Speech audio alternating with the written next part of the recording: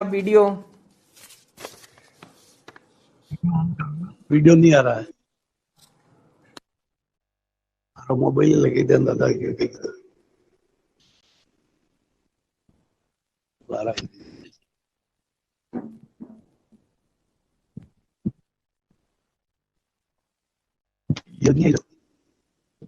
ये कह रहे हैं आगे से बंद है, आपके वहां से बंद है क्या?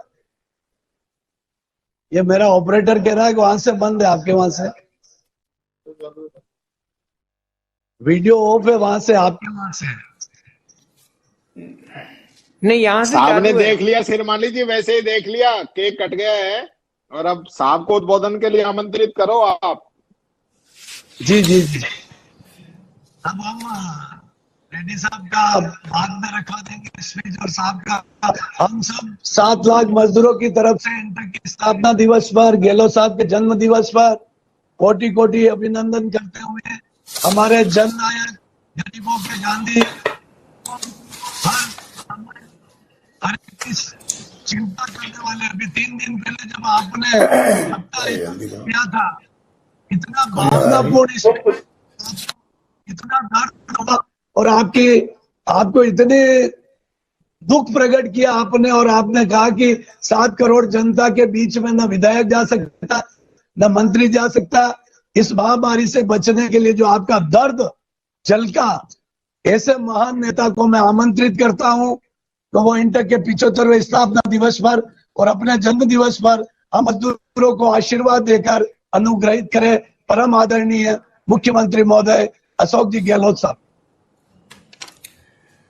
हमारे महंगे मेहमान, हमारे राजस्थान के प्रभारी अजय माकन जी, हमारे मंत्री टीकाराम जूली साहब, प्रदेश अध्यक्ष इंटक के जगदीश श्रीमाली जी, आदरणीय प्रोफेसर आनंद कुमार जी, धर्मेंद्र राठौड़ जी, मनीष शर्मा जी, राज्य समन्वय के शांति व इंटर प्रकोष्ठ नारायण गुजर जी और जगदीश चौहान जी।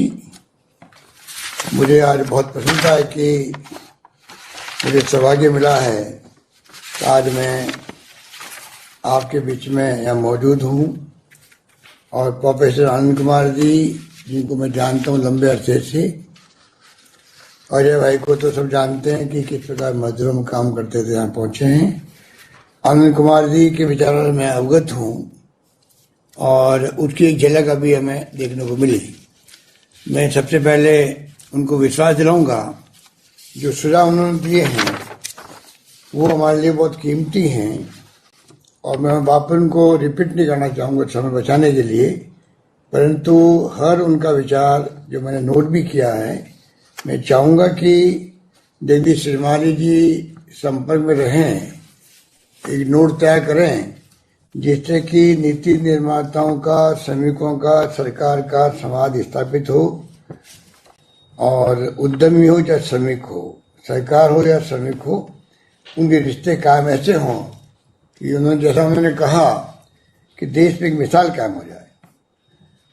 और उसी की भावना के अनुरूप अजय माकन जी ने जो कानून बनवाया था अपने वक्त में, मैं जूली साहब से कहना चाहूँगा कि हमें पिछले दिनों में अपनी कोशिश की थी किस प्रकार से पूरी तरह से लागू करवाएं।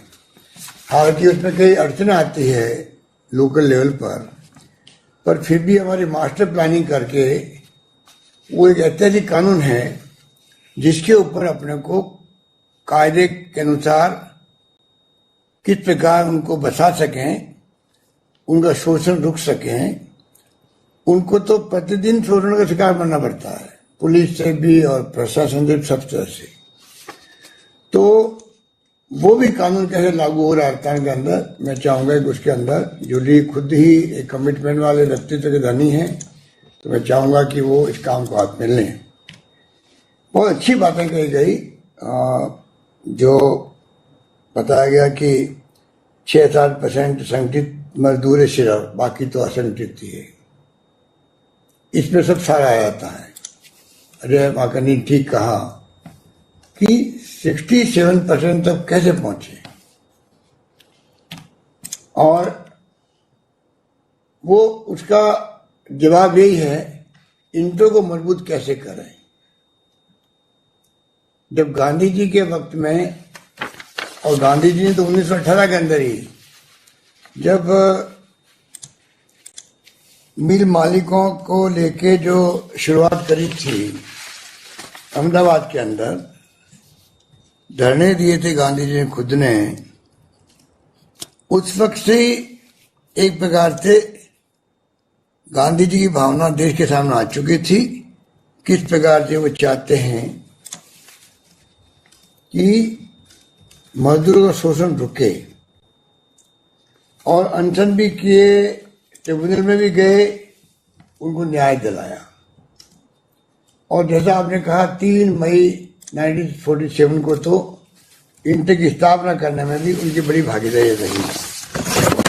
तो हम सोच सकते हैं कि चाहे पंडित जवाहरलाल नेहरू हो, चाहे सरदार वल्लभ भाई पटेल हो, महात्मा गांधी जी के सानिध्य में डॉक्टर सुरेश बनर्जी और खंडू भाई देसाई को जिम्मेवारी सौंप करके इसकी जो स्थापना की है, उसका बहुत ही शानदार त्याग का, कुर्बानी का इतिहास रहा है। आजादी के बाद में भी जिस प्रकार से लंबे समय तक शासन कांग्रेस का रहा, इसलिए इंटर की जो मांगी होती थी या मजदूरों की भावना होती थी वो पहुंची भी है, और कई ऐसे फैसले हुए हैं कैसे उनको समानता का अधिकार मिले, किस प्रकार से मजदूरों की आवाज बुलंद हो, कानूनों के ऐसे बने जिससे कि उनके खिलाफ नहीं हो। अनेकों काम किए होंगे, परंतु और गांधी जी और नेहरू जी के उदाहरण हैं किस प्रकार वे मजदूरों के प्रति अपनी भावना व्यक्त करते थे। शारीरिक श्रम के बारे में आनंद कुमार जी ने कहा, गांधी जी की तो एक फिलोसफी थी कि शारीरिक श्रम जो है उसका क्या महत्व है। मजदूर के तो हिसाब से है, उनका मानना था कि अगर ये भावना हम लोग भरेंगे लोगों के अंदर तो श्रम की प्रतिष्ठा बढ़ेगी, डिग्निटी ऑफ लेबर, वो ना बहुत आवश्यक है जिंदगी के अंदर कि लेबर की प्रतिष्ठा हो। तो इसका मतलब अगर उन्होंने, मेरे जहां तक मैं समझ पाया गांधी को, जो मैंने बहुत कम पढ़ा उनको, खाली उनकी जीवनी पढ़ी 2-3 बार, थोड़ा बहुत लिटरेचर पढ़ा होगा, परंतु शारीरिक श्रम को उन्होंने महत्व दिया। अगर आप शारीरिक श्रम किए बगैर खाना खाते हो तो वो हराम है, और उसके मतलब नहीं था, उन्होंने उसको स्वास्थ्य से जोड़ा कि बिना श्रम किए हुए कोई खाना खाता है तो वो उसको डाइजेस्ट नहीं हो पाता पूरी तरह से, तो स्वास्थ्य ठीक नहीं रहता है। और मैं अभी आनंद ले रहा हूं अपने रूम के अंदर, जब मैं देख रहा हूं कि हर काम मैं अपने हाथ से कर रहा हूं अकेला, तो मुझे लगता है कि डिग्निटी लेबर इसे कहते हैं, और इससे स्वास्थ्य अच्छा भी रहता है। मुझे कोई जमाने में जो एक्टर गोविंदा है उसने कहा था, एक बार देवानंद साहब को उससे पूछा कि आपके स्वास्थ्य का राज क्या है, तो वो उनके घर बैठे हुए थे। उस वक्त वो कोई उठ के गए थे कोई चीज लेने के लिए आसपास में, तो उन्होंने कहा ये मेरे स्वास्थ्य का राज यही है, तूने देखा अभी मैंने तुम्हें कुछ नहीं कहा, मैं खुद उठ के गया और वो चीज लेके मैं आया हूं। अगर आप दिन भर अपने हाथ से काम करो तो शरीर चलेगा। जैसे वॉकिंग करना क्यों जरूरी है, उसी रूप में अगर आप काम करोगे तो आपको आपका शरीर स्वस्थ रहेगा। उससे जोड़ के गांधी जी ने श्रम की प्रतिष्ठा, श्रमिकों का मान सम्मान, प्रतिष्ठा को जोड़ दिया। वो जमाना था महापुरुषों का, और गांधी गांधी हो गया, एक खजाना है उनके जीवनी का, उनके साहित्य का। लोग नई पीढ़ी को बहुत कट हो गई है, वो उसको नजदीक लाना पड़ेगा। अगर देश को बचाना है, देश के लोकतंत्र को बचाना है, तो क्या इतिहास था हमारे देश के अंदर आजादी के जमाने का, क्या त्याग बलिदान हुए, कैसे 10-10 साल तक पंडित नेहरू जेलों में बंद रहे, कितने लोग जेलों में बंद रहे थे। लंबा चौड़ा इतिहास है, आजादी के पहले का भी, आजादी के बाद का भी। जो इस बात की हम उसको कैसे नई पीढ़ी तक पहुंचाएं, उसमें हम कमी महसूस करते हैं। और कांग्रेस की भूमिका बड़ी होनी चाहिए, इंटर की भूमिका बड़ी होनी चाहिए। तब जाकर के इस देश को बचा पाएंगे। वरना जो शक्तियां नाम हिंदू धर्म के नाम पर, सांप्रदायिकता के नाम पर उछाल ले लिया उन्होंने, जिस रूप में हिंदुत्व को एक लहर के रूप में बना दिया कि लोग समझने के लिए तैयार ही नहीं है। इस कारण से नरेंद्र मोदी जी को बार बार सफलता मिल रही है। बाकी तो मुझे लगा नहीं कोई उनकी उपलब्धि है। बंगाल में जो पिटाई हुई है वो इतिहास में दर्ज हो गई है। किस रूप में तमाशा पिछले 4 महीने से देश देख रहा था, 4 महीने से, कि धन बल के आधार पर कुछ भी कर सकते हैं। बोंडा प्रदर्शन हुआ, उसका भी हिंदुत्व के नाम पे भी जो कुछ करना था उन्होंने कर लिया। थोड़ी सफलता उनको मिल गई, परंतु आखिर में ममता बनर्जी ने उनको धूल चटा दी। और जैसे राहुल गांधी ने कल कहा, बहुत शानदार तरीके से बीजेपी को पीटा गया है। तो मैं समझता हूं कि अब ग्राफ जो है वो बढ़ना था, वो बढ़ गया है। अब का कोरोना की बात हो, वैक्सीनेशन की बात हो, बंगाल की बात हो, लोग समझ गए हैं कि वास्तव में देश में हो क्या रहा है। इसलिए मैं कहना चाहूंगा कि ये तमाम बातें जो हम कर रहे हैं, काला बाजार की बात भी करी, तमाम एक दूसरे लिंक है। मजदूर को न्याय मिले, ये दिवस कोई मामूली दिवस नहीं है। ये अंतर्राष्ट्रीय मजदूर दिवस है, अंतर्राष्ट्रीय मजदूर दिवस है। क्योंकि हमारे मुल्क में स्थापना इसकी 3 मई को, इसलिए हमारे लिए अलग महत्व रखता है। पर 1 मई जो है, 1 मई अंतर्राष्ट्रीय मजदूर दिवस का अपना एक महत्व है दुनिया के अंदर। दुनिया के मजदूरों एक हो, अगर ये बात उस जमाने में कही गई तो मैं समझता हूँ आज भी उसका महत्व है, आज भी उसका महत्व है।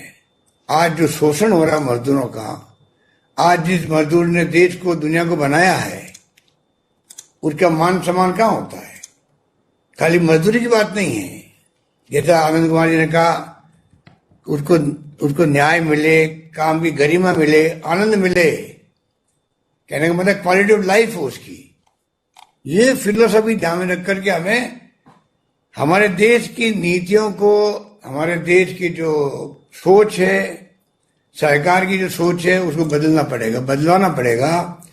और इसलिए मैंने कहा सोशल सिक्योरिटी का जमाना आ गया है। जब अभी सोनिया गांधी जी ने प्रधानमंत्री को पत्र लिखा तब भी, और राहुल गांधी जी ने पहले कहा 6,000 रुपये मिले प्रत्येक व्यक्ति को जो गरीब आदमी है। उनके माने यही है कि कम से कम वो गुजारा अपना कर सके डिग्निटी के साथ में। हर व्यक्ति, दुनिया के मुल्कों में सोशल सिक्योरिटी बरसों से लागू है, जो विकसित राष्ट्र है, सक्षम थे वो लोग। वहां बुजुर्गों के लिए, निःशक्तजनों के लिए, युवाओं के लिए जो बेरोजगार हैं, कम से कम आप इतने तो पैसा दे रहे हो, वो अपना जीवन चला सके। रोटी कपड़ा मकान भी पता नहीं क्या, पर रोटी मिल जाए, कपड़ा मिल जाए, उसको जीवन जीने का इतने तो कर रहे हो। और क्या कर रहे हो आप? कोई लाख 2 लाख में दे रहे हो महीने के आप उसको। तो कम से कम मिनिमम जो नीड है उस व्यक्ति को जिंदा रहने की, वो सोशल सिक्योरिटी का टाइम मैं समझता हूँ आ गया है। राजीव गांधी तो नहीं रहे दुनिया में, पर उन्होंने कहा था 21वीं सेंचुरी में ले आना देश को। आज हमें कोशिश करनी चाहिए कि हम कैसे इस देश में सोशल सिक्योरिटी लागू करवाएं, सरकारों में दबाव दे करके। तब मैं समझता हूं कि गरीब आदमी का जीना जो है वो कुछ आसान हो सकता है। कोरोना काल में हमने उनका सर्वे करवाया, जिसका अजय बाबू जिक्र कर रहे थे। रेडी वाले, ठेले वाले, मजदूर, गरीब, जो जिनके कोई पेंशन भी नहीं मिल रही है, 35 लाख लोगों का। हमने 1-1 हजार की किस्तें उनको 1,000, 1,500 की 3 किस्तें दी। अभी मैंने 15 दिन पहले, 1 महीना पहले एक किस्त और की 1,000 रुपए की, क्योंकि मैंने बजट में घोषणा करी थी हम 2 किस्तें और देंगे उन गरीबों को जो कोरोना के अंदर साल में मारा गया था, तकलीफ में रहा था। 1 किस्त दे दी है, 1 किस्त हम लोग आने वाले वक्त में और देंगे। इस प्रकार से सबसे ज्यादा ध्यान देना चाहिए। और मैं समझता हूँ इंटर के सामने अगर मुझे कोई पूछे ईमानदारी से, उनका फील्ड काम करने का जो संगठित मजदूर है उनके तो है ही, वो तो रहेगा उनका, क्योंकि एक आधार है, एक मैसेज आता है देश के अंदर, प्रदेश के अंदर। परंतु असली आधार होना चाहिए उनका असंगठित मजदूर। अगर हमारे इंटर के भाई लोग उनमें जिनमें क्षमता है, प्रशिक्षण दें हम उनको, हम सरकार की तरफ उनकी इमदाद करेंगे, हम प्रशिक्षण दिलवाएंगे उनको, और वो जाकर के बड़े रूप में असंगठित मजदूर जो है उनके संगठन बनाए, चाहे वो घरों में काम करने वाले महिला या पुरुष हो, चाहे वो और किसी रूप में असंगठित हो, उनको संगठित करना चाहिए हम लोगों को, उनका शोषण रुकना चाहिए। अगर ये काम हम चैलेंज के रूप में स्वीकार करती है इंटक राजस्थान की सरकार, उनके साथ खड़ी मिलेगी सब तरह से, तन मन धन से वाला कहते हैं कहावत है, उस ढंग से। हम चाहेंगे कि हमारी पार्टी स्तर पर भी, कांग्रेस पार्टी स्तर पर भी, प्रदेश कांग्रेस कमेटी के माध्यम से भी, सरकार के माध्यम से भी, हम लोग व्यक्ति से भी, हम चाहेंगे कि उनको संगठित करें, क्योंकि आजकल जमाना बदल गया है, दुनिया के अंदर भी और देश के अंदर भी कानून ऐसे जो बदले जा रहे हैं संगठित मजदूरों के लिए, फैक्ट्रियों के लिए। कई आर्गुमेंट दिए जाते हैं कि वो अगर शांति नहीं होगी तो, हड़ताल होगी तो उत्पादन नहीं होगा। तो पिछले 15-20 जब से उदारीकरण आया है, उदारीकरण के फायदे बहुत मिले, इसमें कोई दो राय नहीं। तो उदारीकरण के बाद में इंटर की भूमिका सीमित हो गई। जो औरा होता था पहले मजदूर संगठनों का, वो औरा रहा नहीं। तो रेड्डी साहब के साथ मुझे कई बार मिलने का मौका मिला। उदयपुर के अंदर जब कभी कॉन्फ्रेंस होती है मैं जाता हूँ, वहां पर उनके सब कार्यक्रम भाग लेता हूँ, और हमने आपस में डिस्कस भी की इस तरह के पॉइंट्स कि आज हमें वास्तव में नई भूमिका मानना चाहिए, जो अजय माकन जी भी कह रहे थे। वक्त आ गया हम इस भूमिका में कैसे उतरे। इस रूप में मैं समझता हूँ कि हमें इस काम को हाथ में लेना पड़ेगा, और उसी रूप में देश में जो चैलेंज हमारे सामने है वो बहुत बड़ा चैलेंज है। उसका मुकाबला कल सोनिया गांधी जी ने तमाम अपोजिशन पार्टियों से स्टेटमेंट जारी करवाया है, वैक्सीनेशन के बारे में भी और कोरोना के बारे में भी। उसका बहुत लोगों ने वेलकम किया कि आज लोग मर रहे हैं, ऑक्सीजन नहीं। दुनिया के साथ किसी मुल्क में ऑक्सीजन की हाहाकार नहीं मची थी, एक आधा मुल्क छोड़ करके, मैं नहीं कह सकता। दवाएं नहीं हमारे पास में, अंदाज नहीं लगा पाए हम लोग कि दूसरा जो संक्रमण आएगा कितना घातक होगा। इतना भयंकर घातक है, क्योंकि मैं तो 13 महीने से ही काम कर रहा हूं। जो नहीं जानता है, और अजय भाई आप भी जानते हो कि किस रूप में पिछली बार 20% लोगों को जरूरत पड़ती थी ऑक्सीजन की, सिर्फ 20%, और वही मामूली सी, बहुत कम लोगों को हाई फ्लो ऑक्सीजन, और बहुत ही गिने चुने लोगों को वेंटिलेटर की आवश्यकता थी। अब हालत ये 80% लोग जो हैं आ रहे हैं वो हाई फ्लो ऑक्सीजन की मांग पे आ रहा है।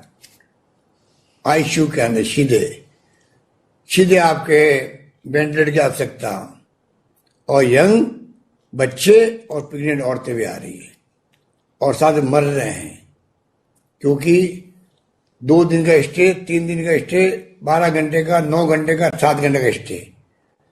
क्योंकि पहले आते थे तो कोई आदमी लेट आता था तो तकलीफ आता था, वरना तो लोग सब ठीक हो जाते थे।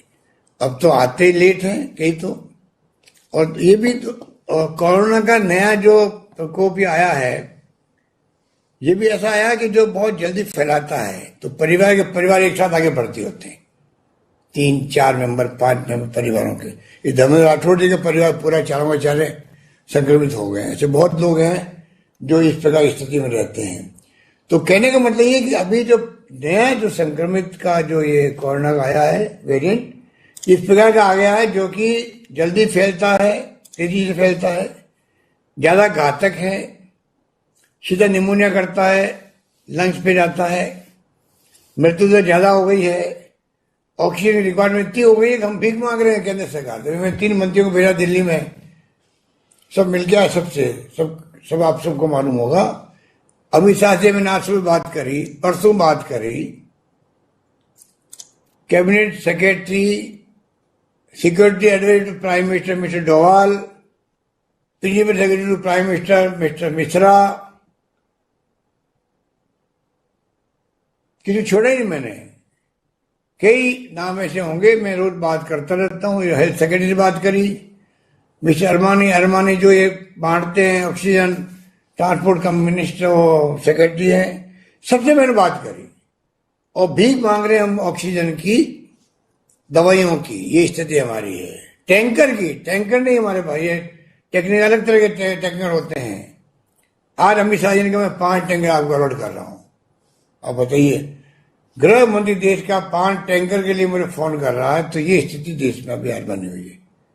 और मैं आपको क्या समझाऊं, अनिल कुमार जी आप भी दिल्ली रहते हो, अरे मागे दिल्ली रहते हैं, रोज शाम को टीवी देखते होंगे, क्या क्या दृश्य आ रहे हैं वहां पर, क्या क्या वहां पर डॉक्टर लोग राय दे रहे हैं, क्या मारामारी ऑक्सीजन की है, कैसे सीन आ रहे हैं देश के अंदर, चाहे मध्य प्रदेश हो चाहे यूपी के हो। हम यहाँ आंकड़े छिपाते नहीं हैं, कई राज्य तो अपने आंकड़े छिपाते भी है, सब कुछ करते होंगे, पर हकीकत हमने फिर भी कंट्रोल काफी हद तक कर रखा है। पर हमारा भी मृत्यु दर, आज मैंने विज्ञापन दिया, बहुत कड़वा विज्ञापन दिया, जब अगर मैं छपा हो दिल्ली में देखना, वरना मैं भेज दूंगा आपको, कि जिसमें हमने 2 टूक बात की पब्लिक से भी। आज 3 मई से हमने 15 दिन का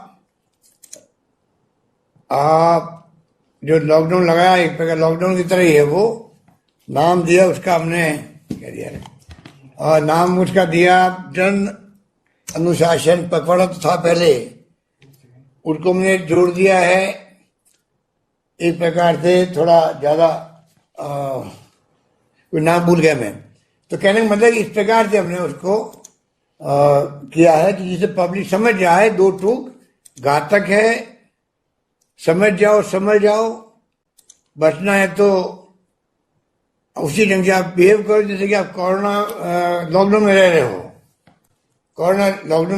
उस ढंग से बिहेव करो कि आप तो लॉकडाउन में हो आप अपने आप को।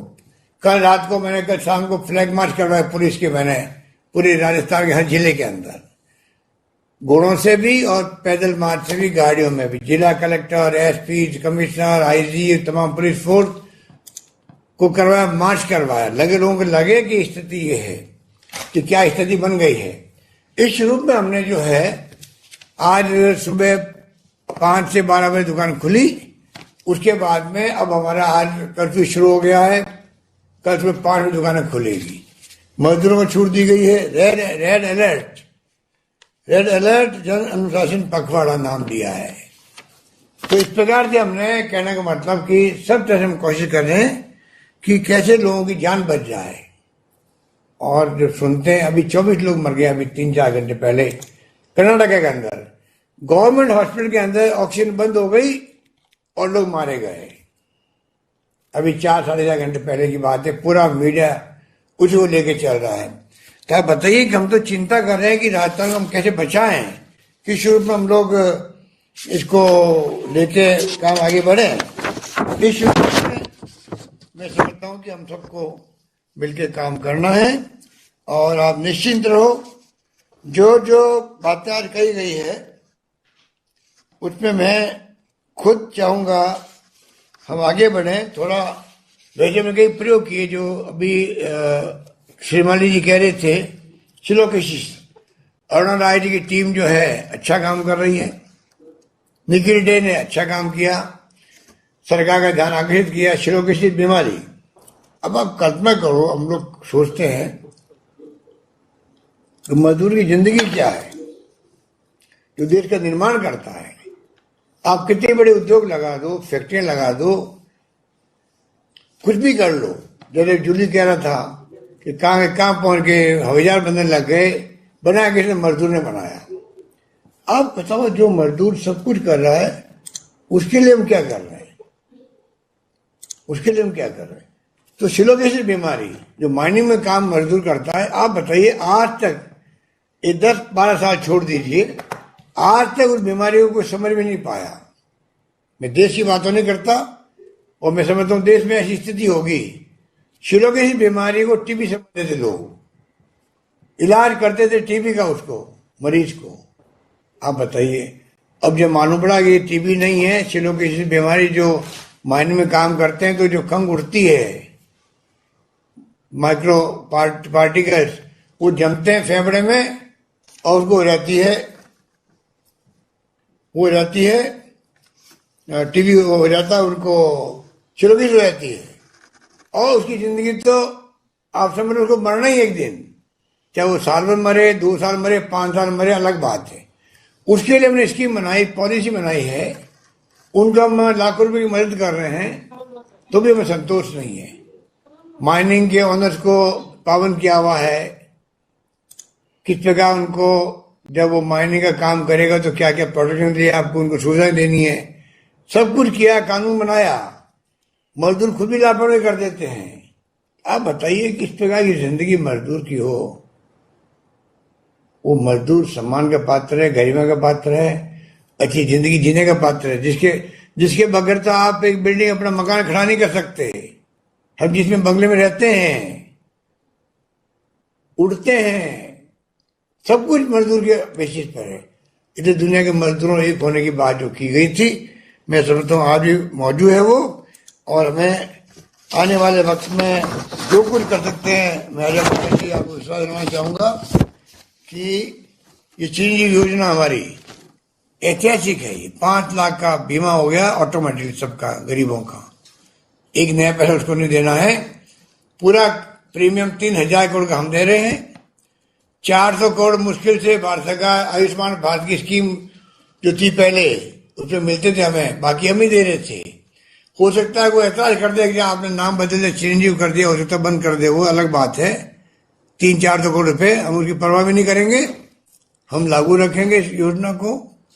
और मैंने अभी परसों मैंने ट्वीट किया है कि मुझे महसूस हो रहा है कि मजदूर, असंगठित मजदूर विशेष रूप से, या संगठित मजदूर भी होंगे, रेहड़ी वाले, ठेले वाले, घर में काम करने वाले, ये अभी तक कई लोगों ने अपने आप को जोड़ा ही नहीं उससे, जो फ्री स्कीम है। मुझे एक डॉक्टर ने कहा कि आज हमारे डॉक्टर, जब आपकी वीसी चल रही थी चिरंजीवी योजना की लॉन्चिंग, तो डॉक्टर ने मुझे कहा मीटिंग खत्म होने के बाद में, सर हम अपने नौकरों का, ड्राइवरों का भी करवा सकते हैं इसके अंदर। उसी वक्त मैंने तय किया, मैंने ट्वीट करवाया, इसका मतलब उनको नहीं मालूम है, पढ़े लिखे डॉक्टरों को भी, कि हम अपने नौकर का, सर्वेंट का, गरीब का करवा सकते हैं। तो मैंने ट्वीट किया भाई कि हमारी नैतिक जिम्मेदारी है ये सबकी, आम लोगों की, आप अपने जो मिलने वाले गरीब आदमी हैं, मजदूर है या घर का नौकर है और ड्राइवर कोई भी है, उनको समझाओ भले लोगों को। 1 मई के बाद में अगर तुम बीमार पड़ जाओगे तो तुम जो अगर चले गए प्राइवेट में कहीं पर, 25,000, 50,000, 1 लाख का खर्चा जो सरकार दे रही थी, बीमा कंपनी दे रही है, आप नहीं दे पाओगे। पर क्योंकि मैंने परसों इसके लिए 1 महीना और इंश्योरेंस कंपनी से बात करके बढ़वा दिया है कि कोरोना कारण से कई लोग रजिस्ट्रेशन नहीं करवा पाए हैं, 31 मई तक जो करवाएगा उसको उसी दिन से लागू हो जाएगी स्कीम, एक महीने की छूट दिलवा दिए।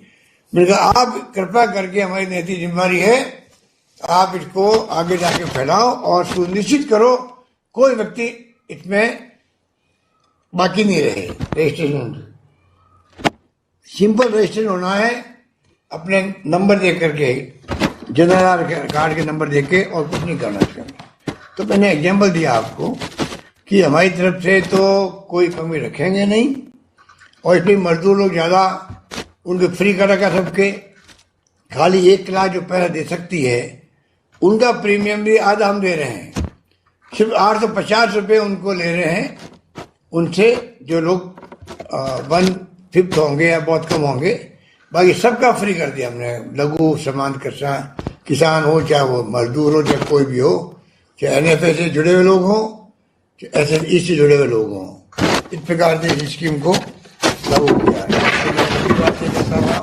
बाकी तुमने कोरोना काल में जो नारा दिया था, कोई भूखा नहीं सोएगा, और वास्तव मुझे गर्व कहते हुए प्रदेशवासियों ने, NGO ने, एक्टिविस्ट ने, MLA को हमने कहा 50 लाख का फंड आपको अलाउ है, उन्होंने, धर्मगुरुओं ने और संस्थाओं ने मिलकर इतनी मदद करी है। हर वर्ग इन्वॉल्व हो गया 1 साल तक, चाहे वो पुलिसकर्मी हो, चाहे वो कोई हो, खाना पहुंचाना है घरों में, घर बंद थे, लॉकडाउन था, तो रास्ते में कोई कमी नहीं रखी। मजदूर पहले चल रहे थे, राजस्थान में कोई शिकायत नहीं आपको आई। अरे बाबू, मजदूर राजस्थान में हमने इतनी बसें लगा दी, आसाम तक बसें गई हमारी, बिहार तक गई, बॉम्बे तक गई, बेंगलोर तक गई, केरला तक गई बसें हमारी। और रास्ता में हमने एसडीओ को कह दिया, एसडीओ को, कि तुम्हारे इलाके में कोई कोई मजदूर पैदल चलता हुआ नहीं दिखना चाहिए हम लोगों को।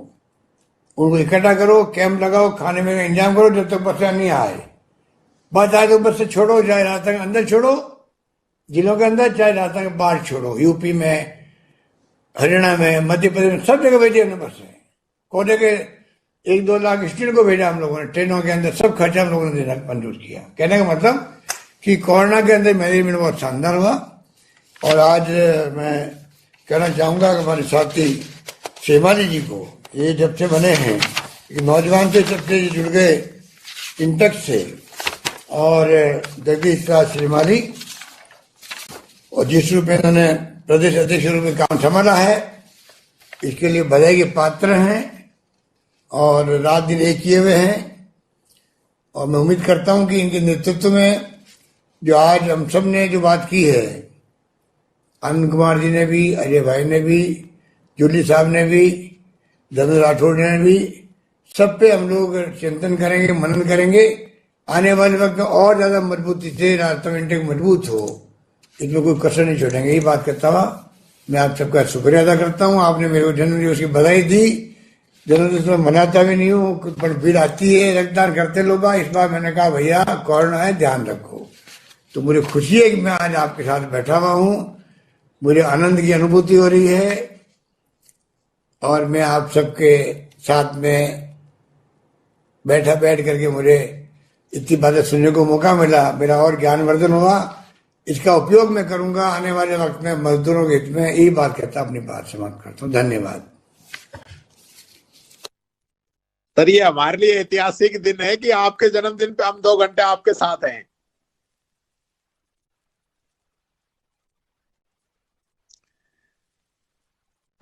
दिवस पर हम सबको अवसर मिला, मजदूरों को मिला।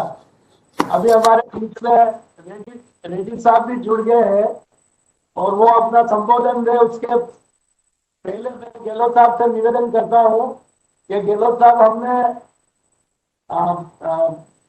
जो घरों में काम करने वाली घरेलू महिलाओं की यूनियन बना रखी है, निर्माण श्रमिकों की बना रखी है, हमालों की यूनियन बना रखी है, और सभी मजदूरों को हमने संगठन से जोड़ रखा है। आपकी सरकार का सहयोग रहेगा तो इन मजदूरों को ज्यादा से ज्यादा कल्याणकारी योजनाओं का लाभ दिलाएंगे। अब मैं निवेदन करूंगा रेड्डी साहब से कि वो अपना अध्यक्षीय उद्बोधन देकर 75वें वर्ष इंटक के इस समारोह के हमें मार्गदर्शन और आशीर्वाद देकर आगे के समय में इंटक को कैसे हम आगे बढ़ाएं, कैसे हम देश को मजबूत करें, और देश के मजदूर कौम जो मेहनत कश कौम, इनके हक और हकूक की आवाज हम कैसे आगे उठाते रहे। परम आदरणीय रेड्डी साहब।